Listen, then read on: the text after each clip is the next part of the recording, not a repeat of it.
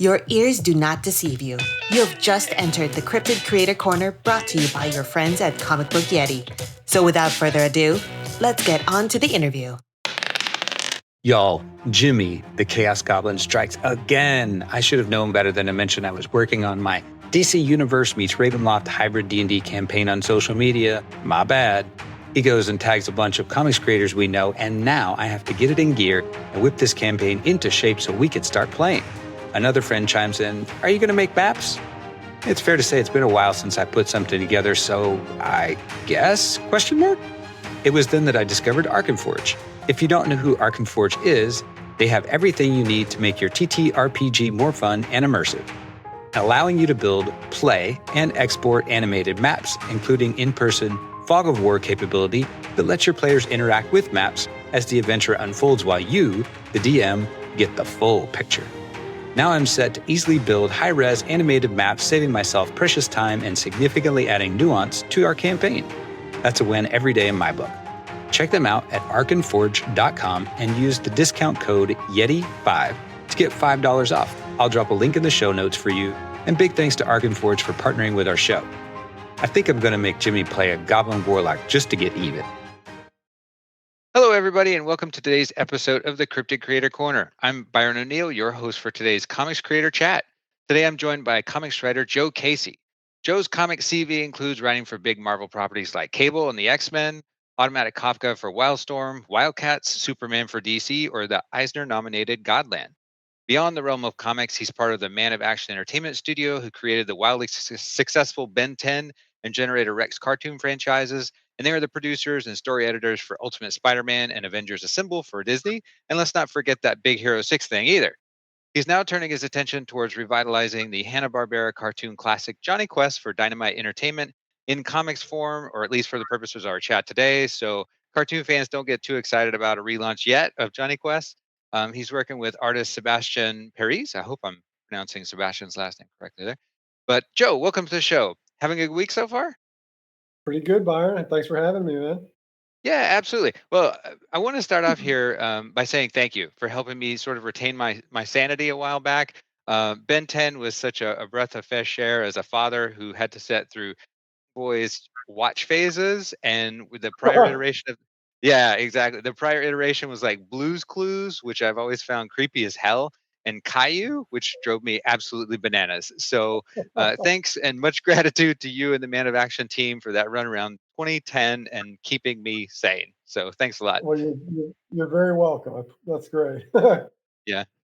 Well, jumping right into Jonny Quest, I have fond memories of the show as a kid, and when I was going back and doing some research, I honestly thought there were way more episodes than just kind of that one season, which apparently they say was canceled due to these high production costs. It was like an interesting cartoon from a historic perspective too, as it was designed to run on ABC in primetime and on Friday nights, and it was way more like violent for the times anyway.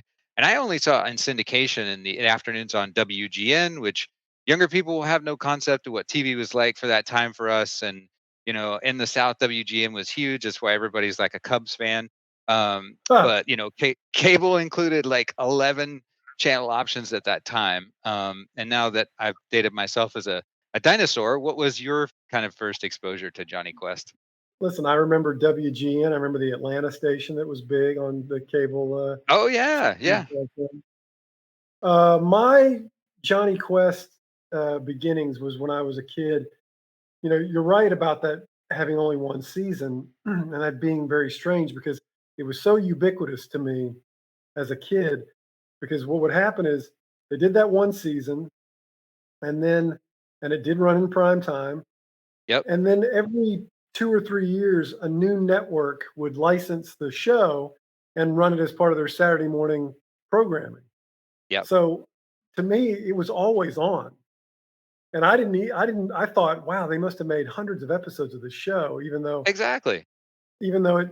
Sometimes it seemed like I was seeing the same one over and over. But no, it was just that one season that was, I think the quality was so high all around, from the voice acting to the art to the music, the stories, that it was just a solid performer on Saturday mornings throughout most of the 70s and the early 80s, I would think. So Yeah. that was how I became familiar with it. It was just on Okay. all the time. Yeah, it really was. And I guess oh my God, I don't even want to admit how long ago that was for me turning 50. So that, I mean, 40 years probably when it was Yeah. exposed to me a lot. Yeah. Ugh, that's a long time. Well, I've interviewed a few other folks already who are part of this classic cartoon revival that Dynamite is kind of involved in producing right now. So, how did you become involved with the project to begin with? Well, I've done work for Dynamite over the years, and they just basically just called me and asked me if I wanted to do it. The Okay. editor, Matt Idelson, and I worked together way back when he was at Marvel, and we haven't worked together since. I guess he was curious. He's found out now, but yeah, they just asked me. I knew they'd gotten all the licenses. This was probably about 2 months or so after they announced it, and and when they said Jonny Quest, it took me not very long to say yes. Because the thing about Jonny Quest that really connects to me, aside from being familiar with it from when I was a kid, is that it's really comic book centric in its origins. Doug Wildey was, a comic book artist who created the show. Alex Toth, obviously, big Yeah. legendary comic book artist who did a lot of the designs. So it had this pedigree that I just couldn't deny as a big comic book fan. So, and also the show itself was so well done. And there was also, I'm sure some people remember this, there was a Jonny Quest comic in the 80s that was published by Kamiko that was written by William Messner Loebs. That was fantastic and very uh, lauded at the time. Everybody loved this comic when it was coming out. So I remembered that as well. So it was not a difficult decision to jump on and write this comic. Okay. Well, kind of to the project itself, issue 0 was part of Free Comic Book Day in May. With I was reading 80,000 copies ordered by retailers for shops. That's a nice number. That is a free number, but I got a chance Yeah. to read it, and it's kind of a really exciting new direction. I felt like for the series. We're going to get into a little bit of spoiler territory in this episode, not for issue 1, but for issue 0, which already came out. So just be warned, everybody. The single biggest question mark for me is kind of how you're going to properly modernize this, and that question was answered to some extent in issue 0, or at least it appears so, with time travel question mark. That's what it looks like. So if that was the solution, was that something that you know Dynamite kind of gave you, or did you just come up with that idea when you're kind of talking and chatting out with the editor? Well, yeah, Dynamite had nothing but the license. So Okay. whatever happens in the stories is I can take all the credit or take all the blame, depending on how you feel Okay. about it. But one thing that Jonny Quest has never done in comics, and this had a couple of comic book appearances even since the 80s, as far as I know, it had never been done as an original period piece. It had never been done in the 60s when the cartoon was, modern and up to date. Hmm. And I wanted to keep that because I wanted, to modernize those characters. They wouldn't be the same characters if put them in 2024. Yeah. And I wanted to write the characters from the cartoon. Also, that look of the early 60s, that Art Deco look, I'm a big fan of. So I wanted that sensibility to carry through. Now, like you say, the big question mark in the story uh, is definitely there. But that was also kind of the fun of what I came up with, which was how would these characters fare in, let's say, a different context than where they originally started. And Sure. that's one of the big conceits of the first storyline is taking them out of their comfort zone and seeing how they operate. Been fun, I'll tell you that. Yeah, I mean, to me, trying to put myself in your shoes as the writer, I guess for that significant hurdle that I would kind of mull around was how to address kind of the racism of the original series, which is a little bit more of a unique problem with Jonny Quest than some of the other Hanna Barbera stuff, which is kind of more fantastical or sci-fi in nature. Like that's not going to be as direct to deal with Space Ghost, for instance. So I want to start off kind of with your approach to that. When I think about the body of your work, one of the things that sticks out to me is the creation of America Chavez for Marvel. You Sure. introduced a strong Latin lesbian superhero in 2010 when the landscape for a character like that looked way different than it is today. And the big one is Haji. And Haji as a writer seems really tough. He's in many ways, I think the character you have to get right, even though Johnny's name is on the book. Especially trying to pull in that new generational audience, which we're always trying to do with comics. Historically, he's the adopted son and regarded as a brother to Johnny, which was super progressive for sure in the 1960s. But he's a character of seemingly Sikh origin with an Islamic name. So, how did you reimagine him? Well, I played him pretty straight. Okay, I feel like that's what you have to do. I didn't feel like it was necessary to really dive in and deconstruct that character based on maybe some of the misinformed tropes of the time. sure. I just thought that puts too bright of a light on something that was done either out of ignorance or innocence, depending on how Hmm. you want to look at it in 1964. Yeah. Um, but going back to the sort of the premise of the first story, taking a character like that out of context, then it's possible to confront some of those inaccuracies a little bit. Hmm. And so, Johnny Quest was always a very globe hopping kind of show. They went all over the place and explored all different areas of the world. And we do that in this series too. But again, the new context that we put them in, it's very interesting to see a character like Haji in let's just say in an India that is not the India of the 1960s. Yeah. So Yeah. there's it's an interesting juxtaposition.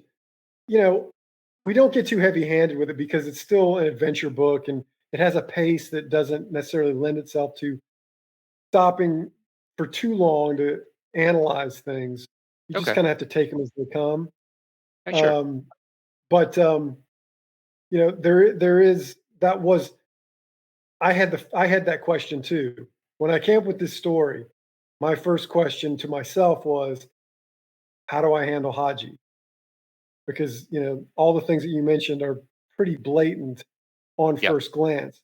But I will say this: when you watch the show, aside from again the innocence slash ignorance of the time, the way they treat the character of Haji is pretty progressive Yeah. in the sense that his ethnicity and all that stuff is not really an issue when it comes to the dramatics of the stories that they're telling. And the stakes of the stories. He's just there like the rest of them, and that to me is the most progressive thing you can do in situations like this. Is to just all characters are treated dramatically equal, and where they come from or their skin color or their religion or whatever is not an issue within the story itself, within the events of the plot. Okay. And if everyone is treated equal in that way, and that to me is progressive because you're choosing to say they're all in the same boat, they're all in the same jeopardy, and who they are, where they come from, is not an issue when it's a life or death adventure situation. Whereas if you took some weird detour, some weird dramatic tangent to really pick it apart or address it, well, then you're probably not servicing it very well, and you're not servicing the adventure well either. And ultimately, Johnny Quest is an adventure series, so I always tend to lean towards that side of it, even when there are things that, if you look at them too closely, yes, they could be seen as somewhat problematic, Mhm. but the thing about the Jonny Quest show and those characters, that's a family unit. Dr. Quest and Johnny and Haji and Race. They're a family unit. They're extremely loyal to each other. They stick together no matter what the situation is, no matter what the challenges are. They stick together. They have each other's backs. Again, considering the times, that kind of found family is also somewhat progressive. So, I don't want to go so far to say Jonny Quest was ahead of its time. I mean, it was what it was, but there are aspects of it that really deftly sidestep some of those, what we could call problem areas. Sure. And I just try to maintain that in the comic too. Okay. Well, trying to kind of pull in the history and, obviously don't elaborate if we're giving anything away. Issue zero's out. We didn't necessarily see this here, but with Haji, you've got this, kind of seventh son of a seventh son angle, a bit of magic, to play with the Sim Sim Salabim whole Yeah. bit. So are we going to retain that, or is that giving too much away at this point? Well, that to me was a problem area. Okay. That was to me that was the one of the stereotypical aspects of that character. And Yeah. that's one thing we do address in kind of a fun way. Mhm. But yeah, it's in the character itself.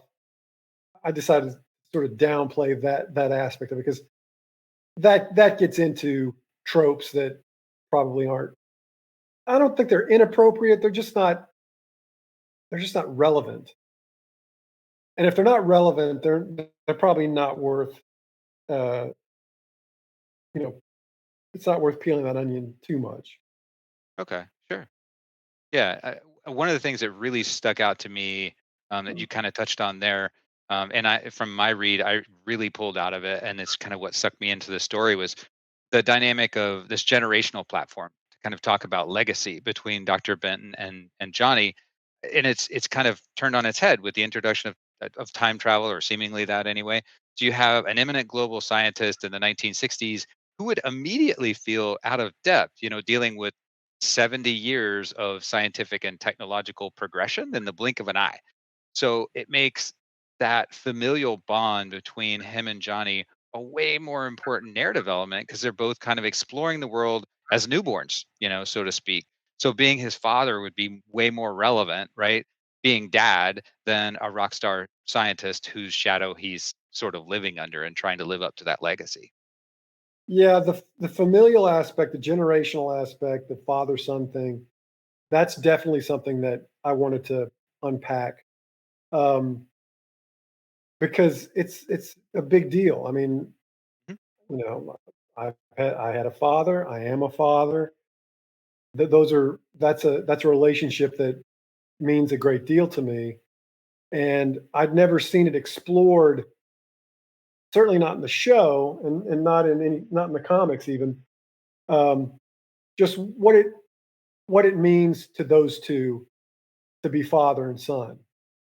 The family unit of those two and Haji and Race tend to be the focus, that the whole of them, all four of Mhm. them. But in this story, at least the initial story, that father son thing is a big deal, and it's you know it's not deconstructed, but it's the fact that, like I said, as we're alluding to and trying to be very not non spoiler about it. Yeah. They are in this new context, and the last page of the free comic book day story, you probably know who that is already. Hmm. But so the dynamic is, let's just say, it's flipped in a very strange way and a very interesting way, and a really, to me, an emotionally dramatic way. Now, again, it's this, we don't get into a lot of navel gazing because it's an adventure story. We keep it moving at a good pace, but I can tell you, I just wrote a scene in issue 4 between Dr. Quest and his son that really um, went deeper than I'd ever seen these characters go before. So I'm Okay. just kind of, it's not a pioneer move, but for me, it was interesting to really um, explore that father son dynamic between these two. I hadn't seen it done before. Yeah, absolutely. And I got to say the villain refresh without giving that away. That looked amazing as the last page, setting up there some weird amalgamation of Doctor Doom and like Dr. Claw from Mr. Gadget with all the tech stuff going on, right? That was a cool visual moment for sure. Um Oh, thanks. yeah, yeah. Well, Palm Key seems like it's certainly going to play a pivotal role, at least in the initial issue of the story. Classically, that's their Uh-huh. home compound in the Florida Keys. Um, you kind of alluded to it. There are definitely these elements of that are pulling from the original, like spy thriller, heavy. With tech playing a big role to kind of modernize it. And so I'm trying to figure out exactly, is this going to be a globe trotting thing? Is Palm Key going to be like their Hall of Justice, right? A jumping off point, or is it this is just this one window into a big international world of intrigue that they're about to get dumped into? I would say Palm Key is where it starts, but it definitely goes around the world. Okay. Um, but I had to start at Palm Key. I mean, I want people who know the cartoon, even just on a cursory level. I want them to see the things that are recognizable about Johnny Quest. So, in terms of supporting characters, uh, bad guys, technology, I think we touch on most of it in this first story. So I think any Johnny Quest fan, and I hope there are some out there, um, will feel like we'll feel satisfied that we touched on a lot of things that Johnny Quest is known for in terms of characters and things like that. I did. I mean, it definitely pulled at the nostalgia heartstring without making me want to go back and watch the cartoon again, as a reference point. So I knew Yeah, these characters, I was familiar with them.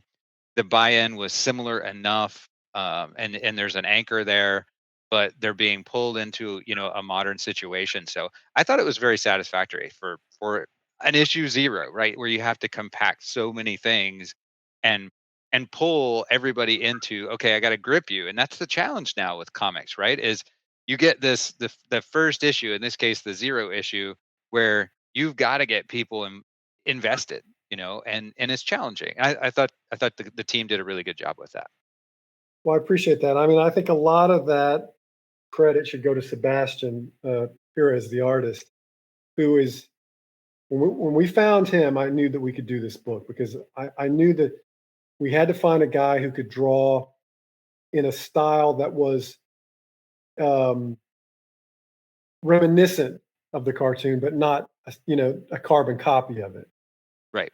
And he gives you that vibe of you know it's in that Doug Wildey, Alex Toth, you know realm, but it's not. But it doesn't just look like we took stills from the show. It's got its own thing. And so once we found Sebastian, I realized that this could work because getting it wrong with something that is so has such a distinctive look. If we'd have gotten it wrong, I mean, I just don't. I don't know what would have happened if we'd have found the wrong guy or gone with the wrong guy. We went with absolutely the right guy, and the book looks amazing. The ten pager, the free compliment day thing looked amazing, and it's just gotten better since.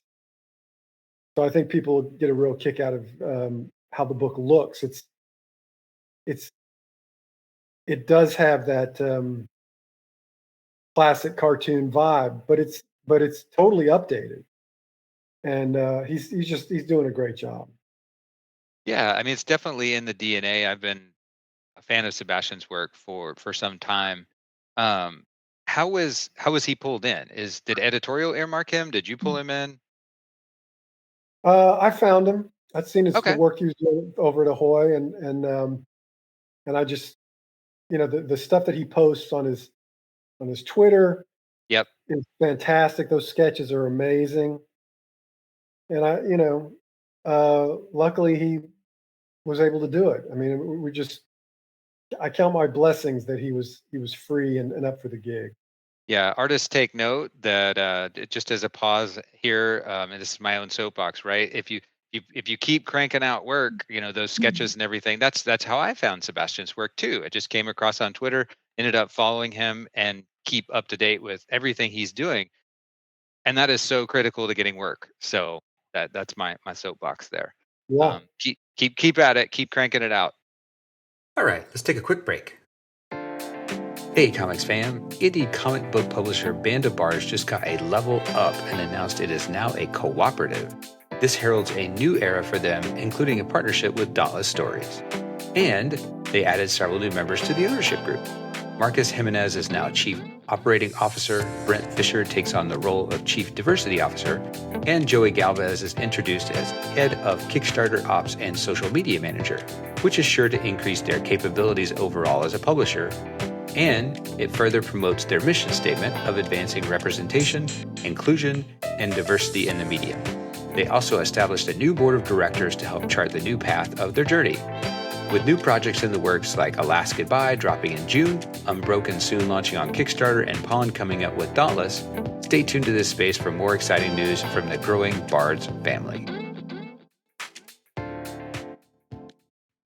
Let's get back to the show. With your extensive background working with animation, it's more into the weeds a little bit of how you put things together. So, what's the approach as a writer in terms of panel construction to take something from that cartoon origin route, right, and translate it into flat panels? Because that, again, putting myself in your shoes, that seems like a tricky thing. You have a background in it. That's why I'm asking the question.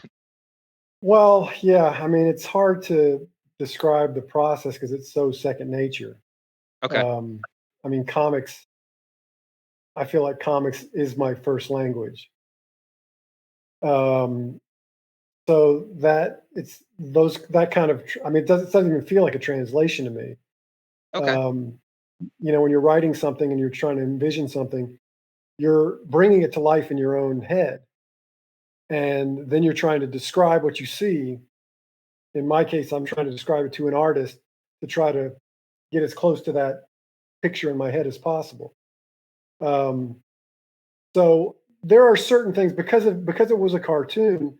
There's certain ways I can reference things that Sebastian can go to directly and look at, and you'll see some of those in the various issues. They're kind of visual Easter eggs to the show. Mhm. But other than that, it's just once you do all your prep work, you do the research, you figure out your story. Sebastian gets comfortable with the characters and how he's going to depict them. Then it's just like any other comic book. You're just trying to execute the story as best you can and as dynamically as you can. The fact that it was a cartoon show becomes almost irrelevant at that point because you're just trying to make a good comic. Okay. Yeah, there's a standout moment for me when they hit Palm Key and are kind of looking at the compound with the word bubbles coming in from off the page, which was a really nice way to introduce depth. I'm always looking for depth in comics and like how you can do this. And there are lots of these cinematic panel frames that give you that classic 16:9 aspect ratio that we're familiar with on a TV panel now. But you're also playing with these oblong vertical shapes as well. Um, there aren't as many obliques as you see in a lot of things like DC and Marvel. It's a little bit more fashionable to come up with these really funky angles. So at this point in your career, do you spend a lot of time on layouts, or I mean, literally is just blah, like kind of trying to do that? Here's what's in my head. Let's translate it as easily as possible and make transmit that to the reader, kind of thing. My personal taste as a writer and as a reader I tend to lean more towards the cinematic Okay. storytelling as opposed to the wacky panels. In fact, that's more Sebastian early on was more inclined to go very radical in his angles and panel shapes. And I had to kind of rein him in a little bit and say, let's calm this down and just use those kind of panels where it's appropriate, usually for action scenes or things like that. Yeah. So it was really, with any artist, you find your common ground as you work together. So, I'll tend to come in with my own vision in my head of how I want the thing to be laid out. And 9 times out of 10, I'm seeing layouts from the artist along the way. And so I'm able to, before they really commit to anything, we're able to go over what he's come up with visually and talk about what might work better than others and, what's the best approach in certain moments and things like that. So I think with Jonny Quest in particular, it's a nice blend of my sensibilities and Sebastian's sensibilities, because when he does pull out those funky panels to depict certain action, then it really shines on the page. It really makes a statement, as opposed to, wacky panels everywhere and nothing really carries any more weight than anything else. Or if it just went with a very straightforward cinematic approach, then sometimes the action doesn't pop as well as it could on a page.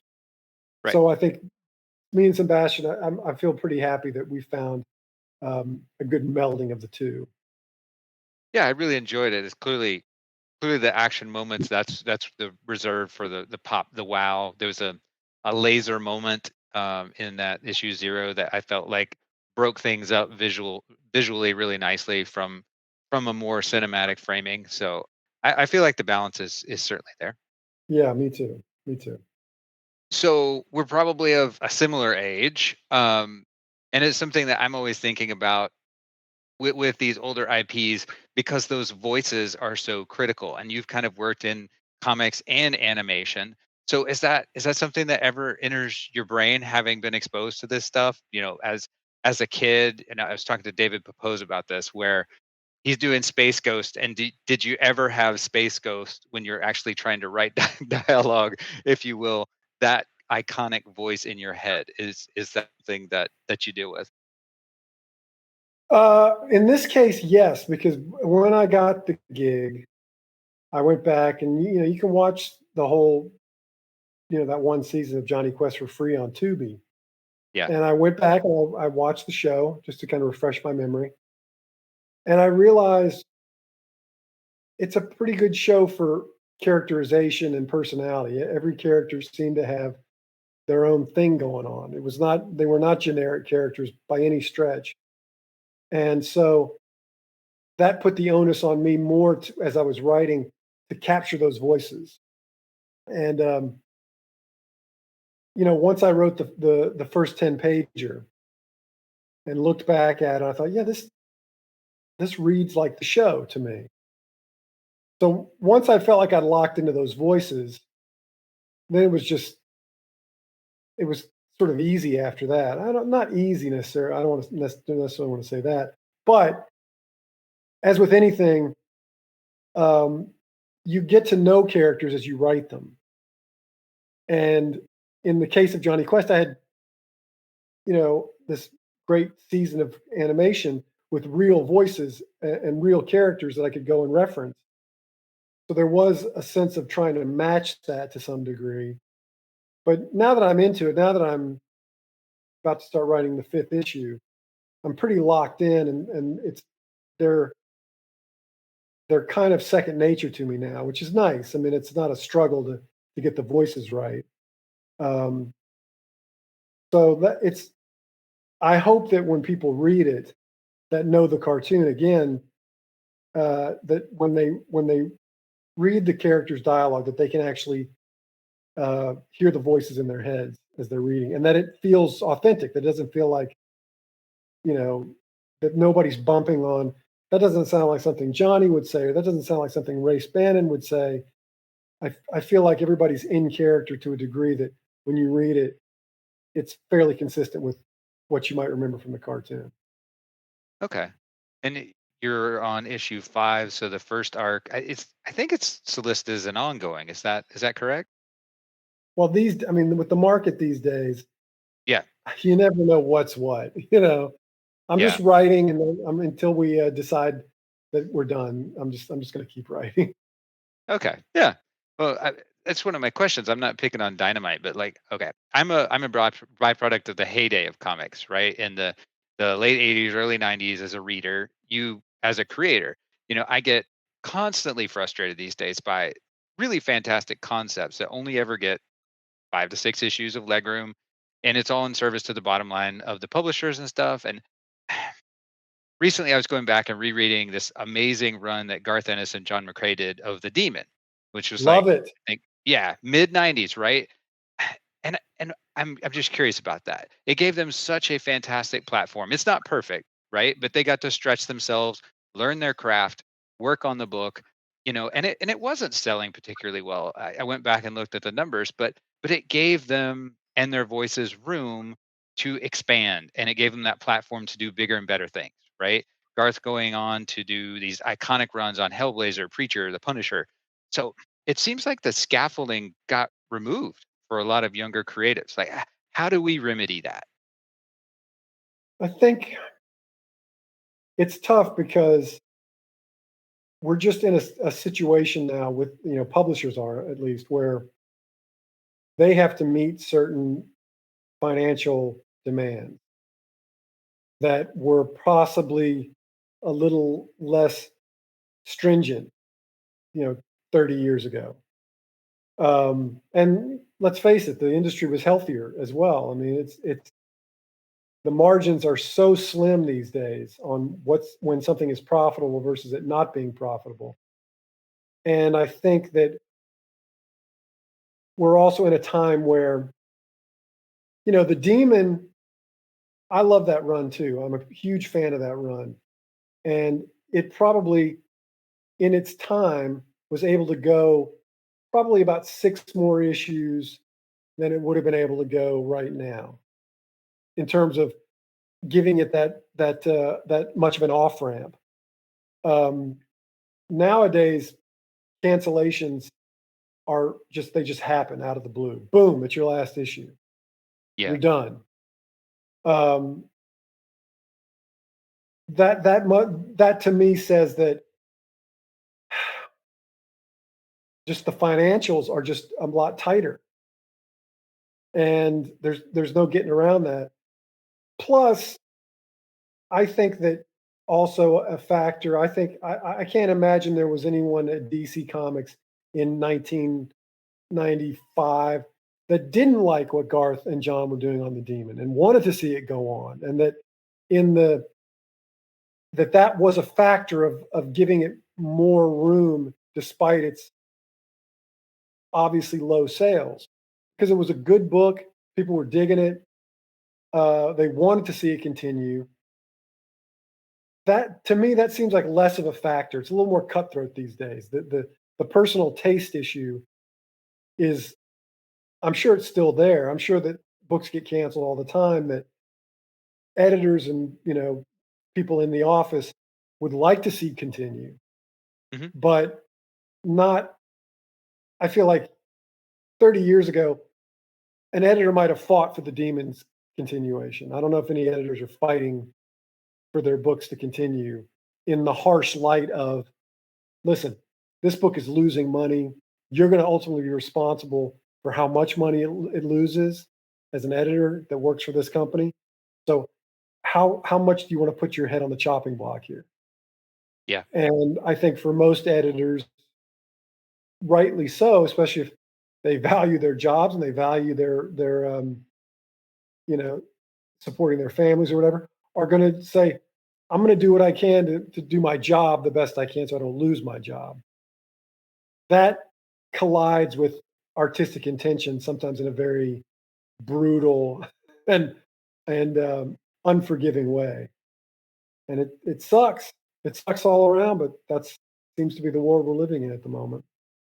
Yeah. And it's pros and cons, right? Because I feel like we're in a phase where, unlike in the 90s, whatever you are into, like whatever it is, you can find it. It is, there's so much out there. And I know that's part of the problem, but it's also amazing at the same time.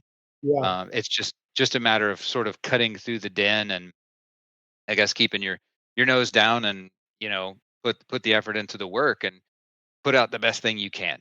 And then if you're putting your all into it, hopefully it's vibing with enough people, and it gets some legs. But in thinking about it, because in my early 20s, I worked in 3 different comic book shops, and it's all about, to me, bringing in those younger readers. And I know from talking to retailers, that these classic IP relaunches seem to be bringing new faces into the door, younger faces. And maybe that's tangential, as parents are, they love the properties, so they're like, hey, read Thundercats because I love Thundercats, and maybe the kids are getting in that way.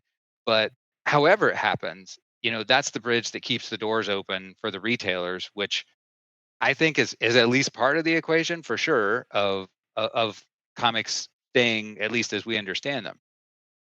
And I have no idea if targeting younger readers is something in a work for hire remit like this, sort of. But is that a consideration for you as a writer, as you work on something? Well, I have a I really go back and forth on the younger readers thing. I think that there was a time, and it was probably the early '90s, maybe a little bit before, but the early '90s seemed to be a thing where there was really, at the major publishers, there was suddenly a split between what's considered material for younger readers and what's considered a more straight down the line mainstream comic book. Hmm. And with there were obviously exceptions, but a lot of those younger readers comics just weren't that good. They were safe and they were harmless, but they weren't that good. And I only say that because my experience as a comic book reader was that I was reading things at 6, 7, 8 years old that were meant for not for adults, but for everybody, for a broad age range. Now, Yeah. mainstream comics in the late '70s, early '80s had their own standards and practices, but I was, uh, 9 years old when the Dark Phoenix saga happened. Which is basically a story about a good guy that gets corrupted and becomes a bad guy, and then kills herself. Out of self-sacrifice. I mean, it's dark. Right there is in the title. I was what 11 years old when Elektra died. I was 15 when I read Dark Knight Returns and Watchmen. Hmm. I those reading that kind of material at the age that I was at, it it was a good thing for me. It was not damaging or dangerous, and I didn't have uh, parent groups or watchdogs that were trying to. I mean, it was happening, but I still was. I mean, I still was able to read Electro Assassin before I could drive a car. You know, and I think that comics as contraband is a worthwhile endeavor. That's what gets kids interested. Should I? Am I supposed to be reading this? Hmm. Is this dangerous on some level? Is it risky? When you soft sell them something or water down something, you know, I just don't think that most kids respond to that kind of material. And certainly, that's what parents would buy their kids thinking they're being responsible. But I never thought that material, again, with exception, but I never thought as a whole that material um, hooked in lifelong comic book readers. Like the stuff that I was reading hooked me in and kept me on it. Um, so when I do something that I feel like is for a general audience, let's say, I'm just keeping in mind the kind of stuff that I was able to handle when I was 8 years old, 9 years old. Mhm. Um, and that's sort of my North Star with these things. So again, when you're too safe, you might think you're protecting children from the evils of the world or whatever it is that you're trying to protect them from. I don't think you're doing them a service at all by being that protective, because I think in comics, what gets you hooked is material that is multidimensional and has a lot of levels. That it has superhero comics that I read as a kid. They had all the bells and whistles and you know colorful magic of a superhero comic, but there was something else going on with some of that stuff that kept me engaged. And the reason I know that that works is because I go back and reread some of that stuff, Mhm. and it holds up. It doesn't. I don't dismiss it entirely as an adult now. I don't go, oh boy, what was I thinking, or that's too simplistic. No, there was still nuance and some things that I know those Marvel and DC writers were putting in to amuse themselves and to keep themselves interested. And if you can do that for yourself, you can do it for an audience of any age. So that's kind of my soapbox on all that stuff. Yeah, I totally agree. It's a soapbox that I am constantly beating on is let's not kids bullshit meter is way better than an adult's, and they know, right? And I think the demon is a fantastic example of something that was a transitional book for me, right? It was from the big two, but I was raised Southern Baptist, saw those covers, and I was like, holy shit, I've never seen anything like this in my life, right? Yeah, Because I was yeah, raised on Amazing Spider-Man, West Coast Avengers, right? That's what they had at the local gas station. And my parents had no involvement in what I was buying. They didn't care because it was just on the rack at the gas station, right? yeah. But I got a hold of the demon and it opened a door for me into a whole nother realm of comics because I was like, okay, this can be so much more than what I thought it could. So I think those kinds of things, like you're talking about, are fantastic for kids, and we don't need to. I always get upset because I read quote younger readers stuff. I read a lot of it, and it feels it just pisses me off when it feels like it's written 3 to 4 years younger than its own target audience. So Right, yeah, right. yeah. I Well, totally agree. yeah. Well, what else you got going on right now? Coming up, I know Kneel Before Zod has been dropping with DC, and I think Blood Squad 7. Is that right Yep, from Image? yep. Okay. Those two things are going on right now. Yeah, Blood Squad 7 just launched last month, and it's basically a superhero team in the classic shared image comics universe. It's sort of it doesn't sort of it fills the hole that Youngblood left when Youngblood was basically, through unfortunate legal reasons, excised from the image universe. Okay. Which is a shame. It shouldn't be that way, but it is, and something had to fill that continuity gap, and Blood Squad 7 is it.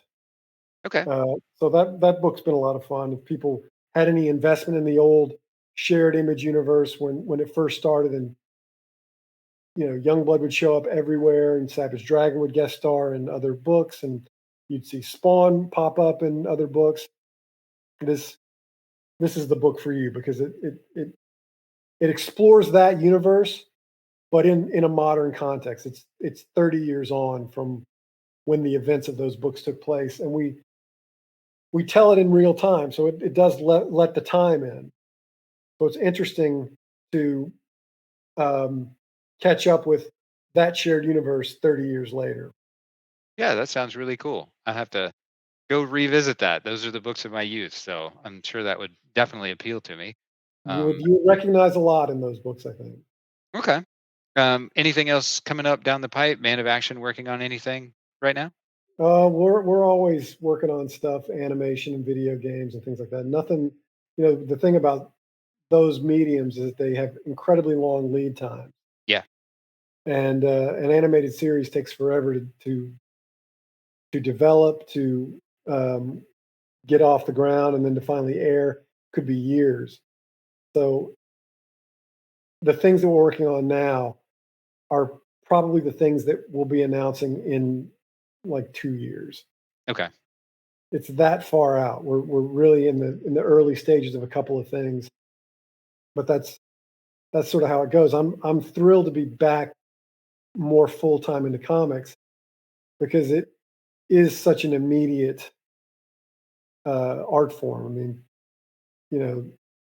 you write something and it's out 4 months later. Mm-hmm.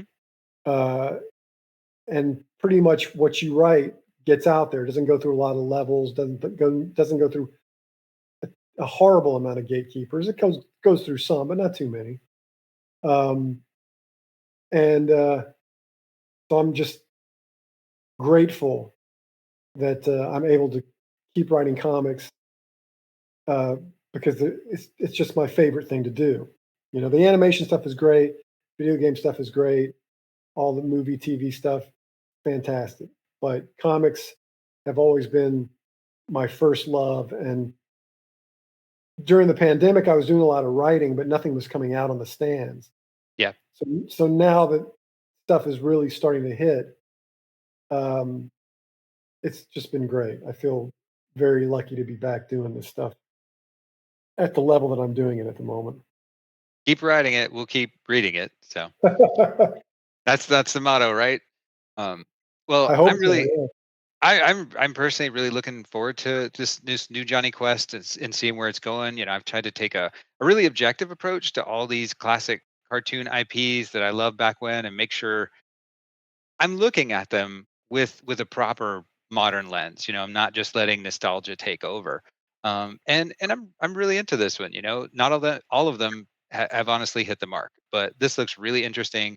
I'm definitely on board. And when is issue 1 dropping officially? Was that August? I thought. It's in August, yeah. Okay, mid-August. Yeah. Okay, cool. Well, everybody look for it. Make sure to call your shops and tell them you want it on your pull list. And Joe, I really appreciate you coming on, chatting with me today. It's been a lot of fun. Yeah, it's been great, Byron. Thanks for having me. Appreciate it. Absolutely. Well, this is Byron O'Neill on behalf of all of us at Comic Book Yeti. Thanks for tuning in, and we will see you next time. Take care, everybody. This is Byron O'Neill, one of your hosts of the Cryptid Creator Corner, brought to you by Comic Book Yeti. We hope you've enjoyed this episode of our podcast. Please rate, review, subscribe, all that good stuff. It lets us know how we're doing, and more importantly, how we can improve. Thanks for listening. If you enjoyed this episode of the Cryptid Creator Corner, maybe you would enjoy our sister podcast, Into the Comics Cave. Listen and subscribe wherever you get your podcasts.